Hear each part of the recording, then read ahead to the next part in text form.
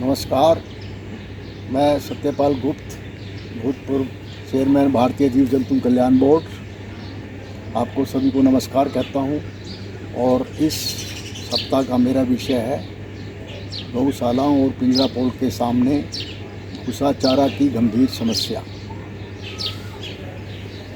आज सभी देशवासियों को पता है कि कोरोना काल में पहले से ही गौशालाएं और पिंजरा पोल बहुत ज़्यादा वित्तीय स्थिति के कारागार पर थी और आज स्थिति और भी भयंकर होती जा रही है। जो भूसा हम पिछले साल 500 रुपये क्विंटल लिया, वो आज 1100 से 1200 रुपये क्विंटल मिल रहा है। ये बड़ी दुख की बात है कि लोग भूसे की भी जमाखोरी करने लगे हैं और उसका परिणाम ये निकला है कि आज सब जगह सभी गौशालाओं में हाहाकार मचा हुआ है। और देखिए, मैं सभी लोगों से यही अपील करूंगा, देश के सभी मुख्यमंत्रियों से विशेष तौर से इस पर ध्यान देने की अति आवश्यकता है।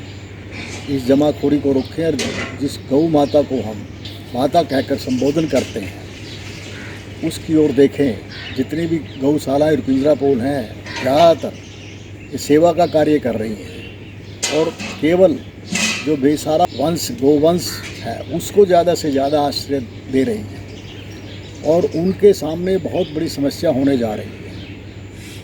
बहुत सी गौशालाओं का, जैसे मैंने आंकड़ा लिया है देश के, किसी का 15 दिन का, किसी का 20 दिन का, ज़्यादा से ज़्यादा 1 महीने का भूसा शेष है।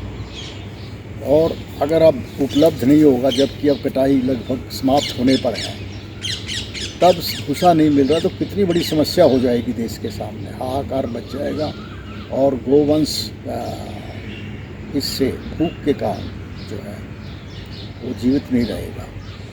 तो इसलिए मेरा देश के सभी जो भी जुड़े हैं, जो भी अध्यक्ष हैं इसके, वो इसकी ओर ध्यान दें और अपने राज्य में वो इसका उचित प्रबंध करने का प्रयास करें और ये देखें कि भाई इनको जो सेवा में लगी हुई हैं गौशालाएं और पिंजरा पोल, उनको ये भूसा उपलब्ध हो। इस बारे में मुख्यमंत्री योगी जी, जिन्होंने पहले देश में बहुत बड़ी पहल की थी कि उन्होंने जो बेसहारा गोवंश था उनको 30 रुपये प्रतिदिन प्रति गोवंश के हिसाब से उन्होंने घोषणा की थी और सेस लगाकर सारे उत्तर प्रदेश में एक बहुत अच्छा गौ कल्याण कार्य किया था।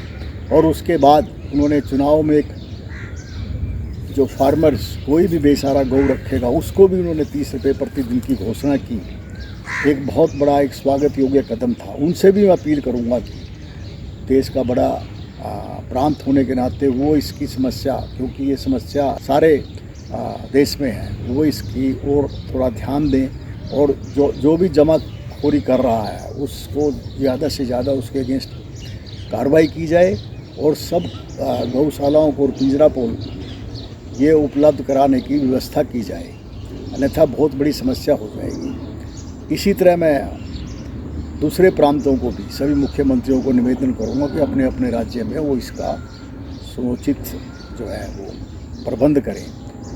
और विशेष तौर से हरियाणा प्रांत, जिसके मुख्यमंत्री आपको जो गौ प्रेमी हैं और जिन्होंने पहले से ही हरियाणा में सबसे सख्त कानून गौ वंश को बचाने का लिए किया, और साथ में अभी उन्होंने जो इस साल की ग्रांट थी, वो साल में 2 बार ग्रांट देते हैं, उसको भी इन्होंने गौ वंशों को जो ग्रांट दी है उसको भी बढ़ाया। तो उनसे मैं विशेष रूप से अपील करूंगा कि गौ प्रेमी होने के कारण, और उनके मंत्री हैं अपने JP दलाल जी, वो भी बहुत बड़े गौ प्रेमी हैं, उन्होंने भी समय समय पर गौवंश के बारे में काफ़ी सोचते हैं। उनसे निवेदन करूँगा कि हरियाणा प्रांत में जहाँ पर जो है कभी भूसे की कभी चारे की कमी नहीं हुई, वहाँ पर भी अब ऐसी व्यवस्था हो चुकी है कि आज 1200 रुपये जो है भूसा हमें क्विंटल के हिसाब से लेना पड़ रहा है।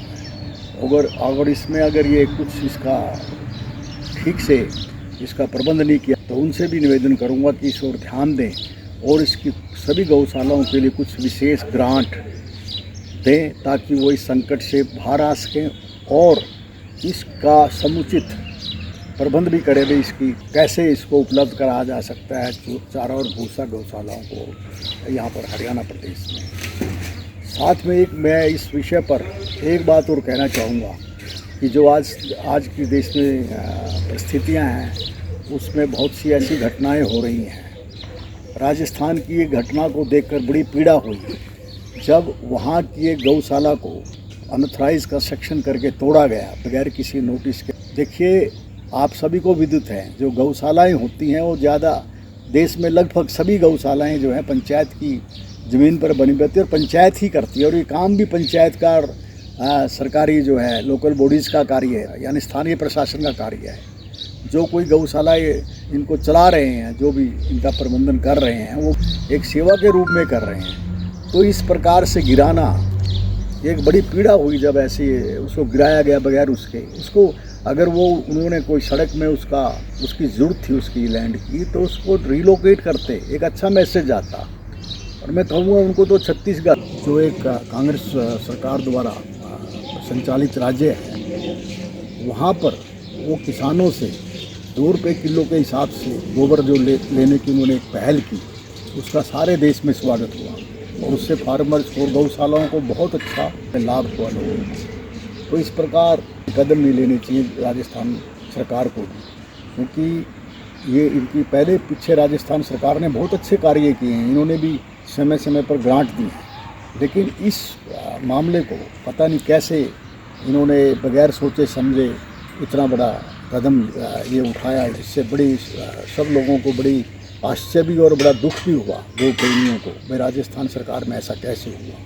तो उनसे अनुरोध करूंगा कि वो भाई इस प्रकार की कार्रवाई ना ले, और जिन्होंने ये किया है सरकार के अगर ध्यान में नहीं है तो उन अधिकारियों या जो भी इसमें संबंधित है उनके अगेंस्ट एक अच्छी कार्रवाई करें, ताकि एक अच्छा उसका मैसेज देश में जाए। और साथ में वो भी अपने प्रदेश में, क्योंकि वहाँ पर भी एक अपार समस्या होने जा रही है चारे की, वो भी एक समुचित उसका प्रबंध कराने का प्रयास करें।